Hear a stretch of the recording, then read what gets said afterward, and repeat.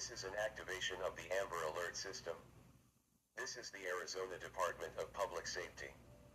We have received important information regarding a child abducted in Maricopa County.